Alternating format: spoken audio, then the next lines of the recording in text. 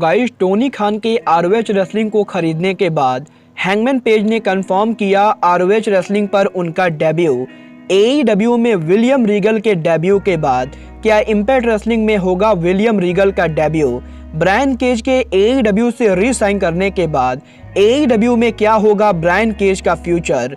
और guys WWE का एक और फॉर्मर इस हफ्ते डायनामाइट पर करेगा शॉकिंग डेब्यू। नमस्कार दोस्तों, मेरा नाम है रॉकी और आप देख रहे हैं एलीट एफएन मैनिया। और गाइज इस वीडियो के अंदर हम एईडब्ल्यू के बहुत से मेजर अपडेट पर बात करेंगे। तो गाइज अगर आपने अब तक इस वीडियो को लाइक नहीं किया है तो गाइज वीडियो को लाइक कर देना। बट गाइज चलिए अब बिना किसी देरी के शुरू करते हैं इस वीडियो को। और गाइज सबसे पहले बात करते हैं AEW world champion hangman page की।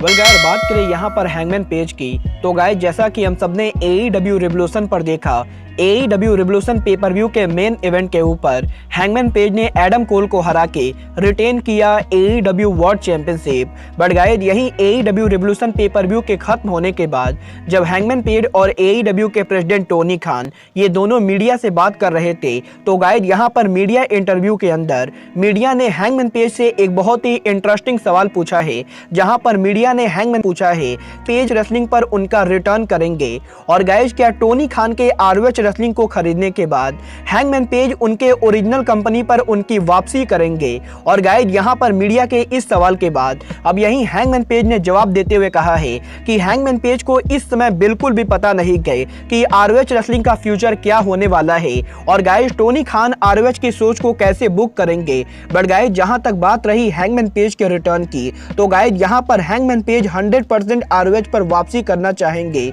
और गाइज अगर टोनी खान हैंगमैन पेज को परमिशन देते गए तो guys hangman page definitely ROH पर उनकी वापसी करेंगे, क्योंकि गाइज यहां पर आरओएच रेसलिंग वो पहली कंपनी थी जिसने हैंगमैन पेज को रेसलिंग करियर की अपॉर्चुनिटी दी थी। और गाइज आरओएच रेसलिंग ही वो कंपनी गए जहां पर हैंगमैन पेज बुलेट क्लब के मेंबर बने। और गाइज आज हैंगमैन पेज उनके करियर में जो कुछ भी गए उसमें आरओएच रेसलिंग का बहुत ही बड़ा हाथ है। और गाइज इसीलिए डेफिनेटली आरओएच रेसलिंग के अंदर हैंगमैन पेज उनका रिटर्न करना चाहेंगे।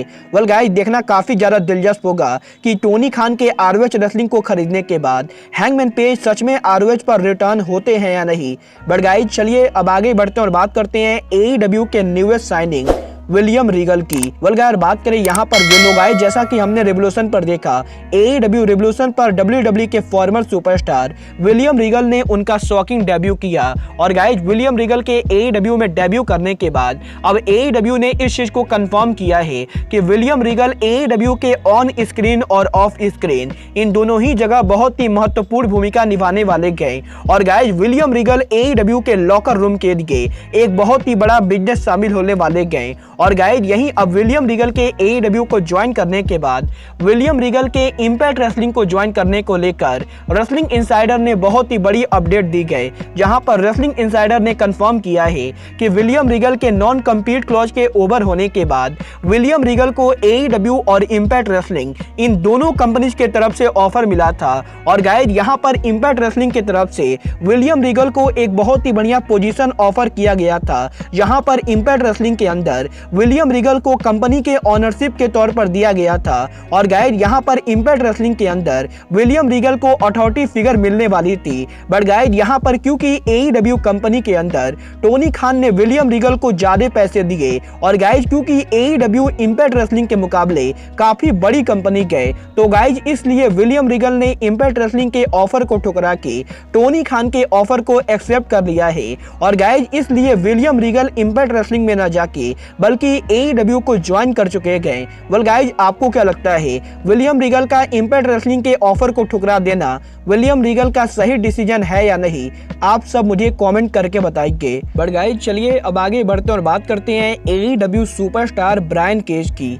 बात करें यहाँ पर ब्रायन केज की तो गाइज जैसा कि मैंने आपको ऑलरेडी बताया है कि ब्रायन केज एईडब्ल्यू कंपनी के साथ एक्सटेंशन साइन कर चुके गए। और गाइज अगर आपको नहीं पता है तो गाइज मैं आपको बता दूं, ब्रायन केज एईडब्ल्यू के कुछ उन रेसलर्स में से एक हैं जिनका एईडब्ल्यू कॉन्ट्रैक्ट इस साल एक्सपायर हो चुका है। और गाइस यहाँ पर मार्को स्टंट और लियो रस इन दोनों रेसलर्स के AEW को लीव करने के बाद ब्रायन केज के लीव करने को लेकर बहुत ही बड़ी रूमर आ रही थी। बट गाइस यही अब AEW कंपनी की तरफ से ब्रायन केज को 1 साल न्यू कॉन्ट्रैक्ट में साइन कर लिया गया है। और गाइस यहाँ पर इसका मतलब यह है कि ब्रायन केज 1 साल और तक AEW में रहेंगे। और गाइस यही ब्रायन केज के बाद ब्रायन केज ने AEW को लेकर सोशल मीडिया पर एक ट्वीट किया है, जहां पर ब्रायन केज ने ट्वीट करके कहा है कि ब्रायन केज को AEW में उनके आप को प्रूफ करने के लिए AEW कंपनी से अपॉर्चुनिटी चाहिए। और गाइस यहां पर ब्रायन केज का यह कहना है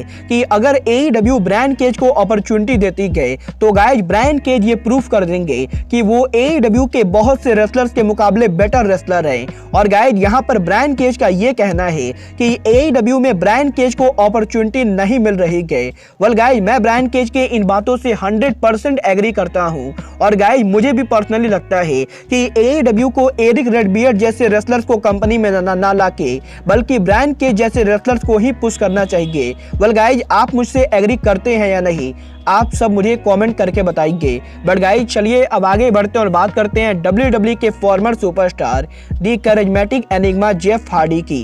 वेल गाइस बात करें यहाँ पर जेफ हार्डी की तो गाइस जैसा कि आप सभी जानते होंगे WWE से रिलीज होने के बाद जेफ हार्डी का WWE का non compete clause finally over हो चुका है। और गाइस जेफ हार्डी के नॉन कम्पीट क्लॉज के ओवर होने के बाद जेफ हार्डी WWE के बाहर मल्टीपल इंडिपेंडेंट रेसलिंग कंपनीज के ऊपर उनका डेब्यू करने वाले गए। और गाइस फाइनली इंडिपेंडेंट रेसलिंग के ऊपर हार्डी बॉयज का रियूनियन होने वाला है। बट गाइस यही अब AEW रेसलिंग में जेफ हार्डी के डेब्यू को लेकर मैट हार्डी और रेसलिंग इनसाइडर इन दोनों ने मेजर अपडेट दी गए, जहां पर रेसलिंग इनसाइडर के लेटेस्ट रिपोर्ट के अंदर रेसलिंग इनसाइडर ने इस चीज को कंफर्म किया है कि AEW revolution per William Regal और शेन स्ट्रिकलैंड के डेब्यू के बाद AEW के इस हफ्ते डायनामाइट शो के ऊपर जेफ हार्डी के डेब्यू करने के 90% चांसेस हैं। और गाइस यहां पर इस चीज को लेकर तगड़ी रूमर चल रही है कि इस हफ्ते AEW के डायनामाइट शो के ऊपर दी करिज्मेटिक एनिग्मा जेफ हार्डी उनका डेब्यू। और गाइस रेसलिंग इनसाइडर के इस अपडेट के बाद